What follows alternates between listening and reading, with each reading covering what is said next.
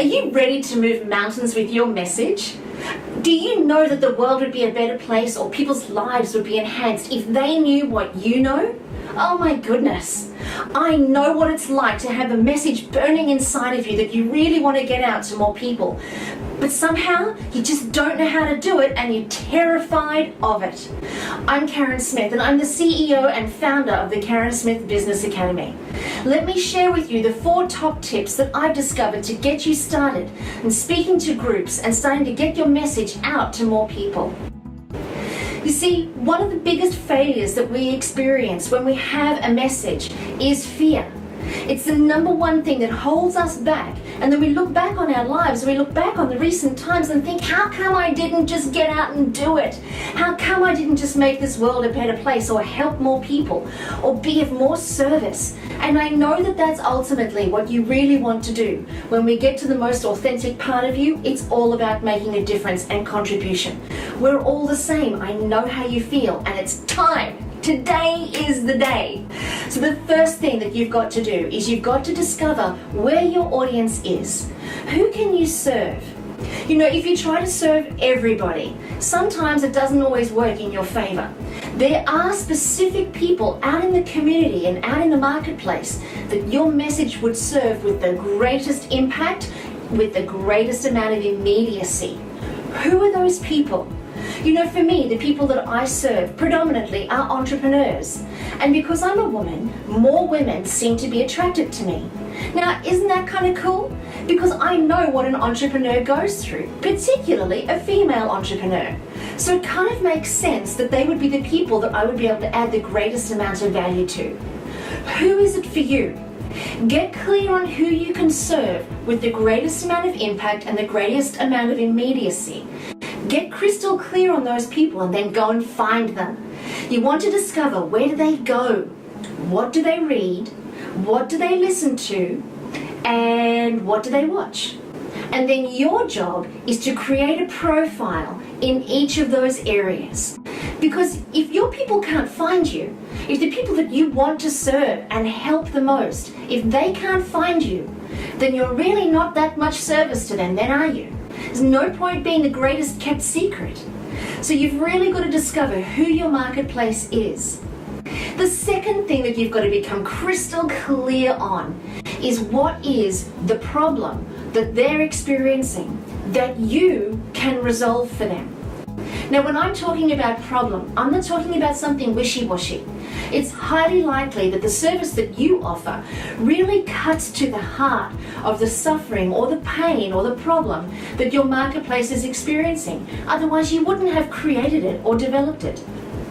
And you also wouldn't realize that the world would be a better place if more people knew what you know. So what is that problem? You know, it's very important that we learn how to articulate that and we become intimately connected to what that problem is. Not because we want to focus on the negatives, but because we need to make sure that our audience understands that we understand them. That's crucial.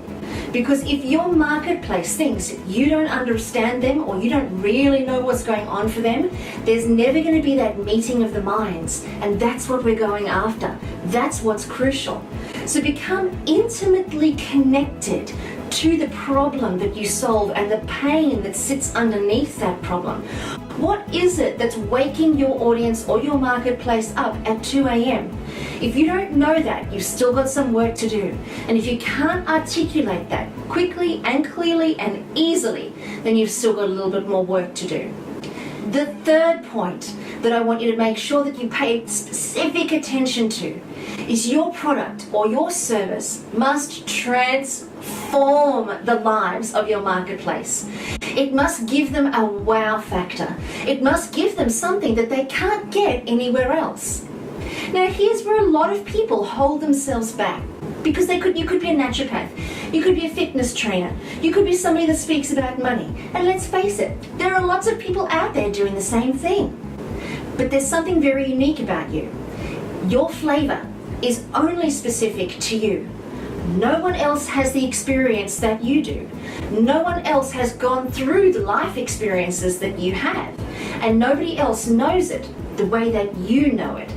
You know, I like to think of it like flavors of ice cream. I'm chocolate, What flavor are you? We might do the same thing, we might offer the same service, but our flavors are always going to be a little bit different. So think about what your flavor is and how your flavor can transform the lives of your marketplace, because that's super important in terms of getting your customers or your clients to come back over and over and over again, and also to refer you to their network. You know, ultimately we want to get to a point where our business comes to us with much more ease and flow. And that's where referrals and affiliates and relationships come into play. So make sure that you go after the transformation, not just a quick fix or an easy pill to swallow. Does that make sense? And the fourth point that I want to really focus on for you is making sure you reach as many people as you possibly can. You see, if you're the best kept secret in your industry, you're not really going very far very fast.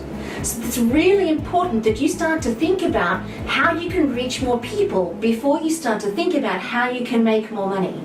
Because making money goes hand in hand with your profile. It goes hand in hand with the number of people who know you. You know, there are some statistics that suggest that a certain percentage of people are in buying mode. A certain percentage of people are in contemplation mode. They're thinking, they're researching. Then there are a certain percentage of people who are not looking at all, and another certain percentage of people who don't know they need what you have to offer.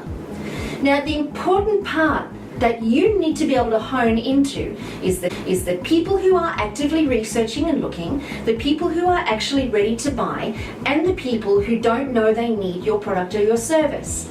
Now, if you only have reach of 1 to 2 to 3 to 10 to 15 people, you've diminished your statistical results enormously.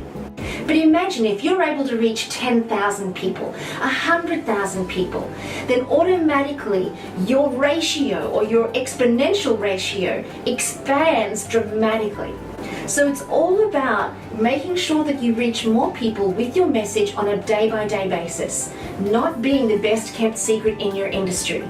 Start thinking about how you can become famous for your flavor in those specific areas where your clients or customers are going, watching, seeing, listening, and reading.